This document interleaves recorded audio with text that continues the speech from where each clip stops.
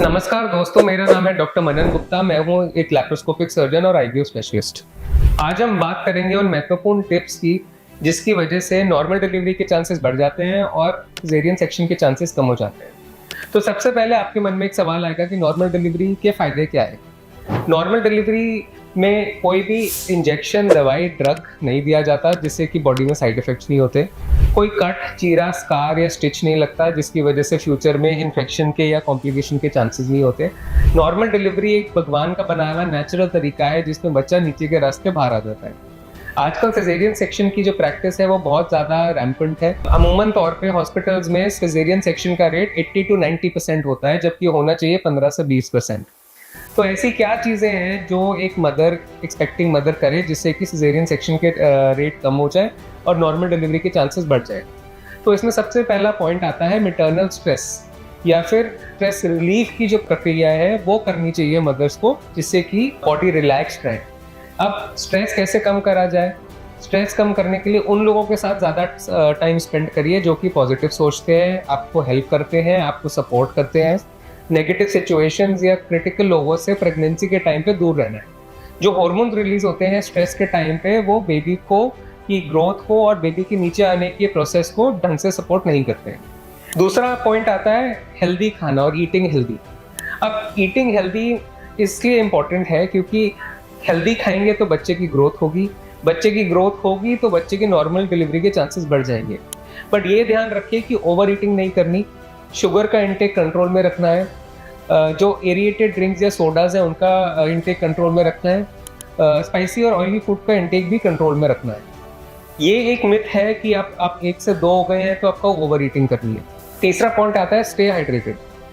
Gynaecological forum of India recommend करता है 8 से 10 लीटर पानी daily for all mothers. Pregnancy में पूरे समय में 0 से लेकर 9 मंथ्स तक 8 से 10 लीटर पानी रोज के रोज पीना ही पीना है। फोर्थ पॉइंट आता है कि आप ऐसी कुछ कंडीशंस उनसे अवेयर रहिए जिनमें नॉर्मली जो गायनेकोलॉजिस्ट है वो सिजेरियन सेक्शन कर देते हैं बट उसमें एक्चुअली में ज़रूरत नहीं होती। ये कुछ कंडीशन है जिनके बारे में मैं बात करूंगा। जैसे कि पहली कंडीशन होती है loop of cord around the neck. ये एक एब्सोल्यूट इंडिकेशन नहीं होता सिजेरियन का। हमने अपने सेंटर पे मोर देन 100 डिलीवरीज जिसमें बच्चे की कॉर्ड अराउंड द नेक है नॉर्मली करी हुई है। एक दूसरा इंडिकेशन होता है ब्रीच प्रेजेंटेशन। ब्रीच प्रेजेंटेशन का मतलब होता है कि बच्चे के बटक्स पहले बाहर आ रहे हैं और हेड बाद में बाहर आ रहे हैं। तो ऐसे कंडीशन में भी सिजेरियन सेक्शन नेसेसरी नहीं होता है, इसमें भी नॉर्मल डिलीवरी का ट्रायल दिया जा सकता है। तीसरी कंडीशन होती है प्रीवियस सिजेरियन सेक्शन। ये एक एब्सोल्यूट रूल नहीं होता कि अगर पहले सिजेरियन हुआ है तो बाद में भी सिजेरियन होगा। Once a caesarean always a caesarean, this is not entirely a true fact. तो पहले अगर सिजेरियन हुआ है तो बाद में नॉर्मल डिलीवरी भी कराई जा सकती है। फोर्थ कंडीशन होती है ओलिगोहाइड्रोएमनियोस। जैसे कि अगर बच्चे के अराउंड पानी कम है तो बहुत गायनेकोलॉजिस्ट बोलते हैं कि सिजेरियन सेक्शन करना पड़ेगा, बट ये एक्चुअली में ट्रू नहीं है। नॉर्मल डिलीवरी उसमें भी करी जा सकती है। एक बहुत ही महत्वपूर्ण और इम्पॉर्टेंट पॉइंट होता है नॉर्मल डिलीवरी के लिए डेली एक्सरसाइज। प्रेगनेंसी में लोगों को लगता है रेस्ट करेंगे तो बच्चा बेटर रहेगा, प्रेगनेंसी ज़्यादा स्मूथ रहेगी। डर के मारे वो एक्सरसाइज नहीं करते, आउटडोर एक्टिविटी बंद कर देते हैं। बट एक्सरसाइज करने से नॉर्मल डिलीवरी के चांसेस बढ़ जाते हैं, स्टैमिना बढ़ जाता है, लेबर और डिलीवरी का जो पेन होता है उसको टॉलरेट करने की पावर और क्षमता दोनों मदर की बढ़ जाती है। तो half an hour to 45 minutes of brisk walking, मतलब तेज तेज चलना पूरी प्रेगनेंसी में हाईली रिकमेंडेड है और सारी मदर्स को ऐसा करना चाहिए।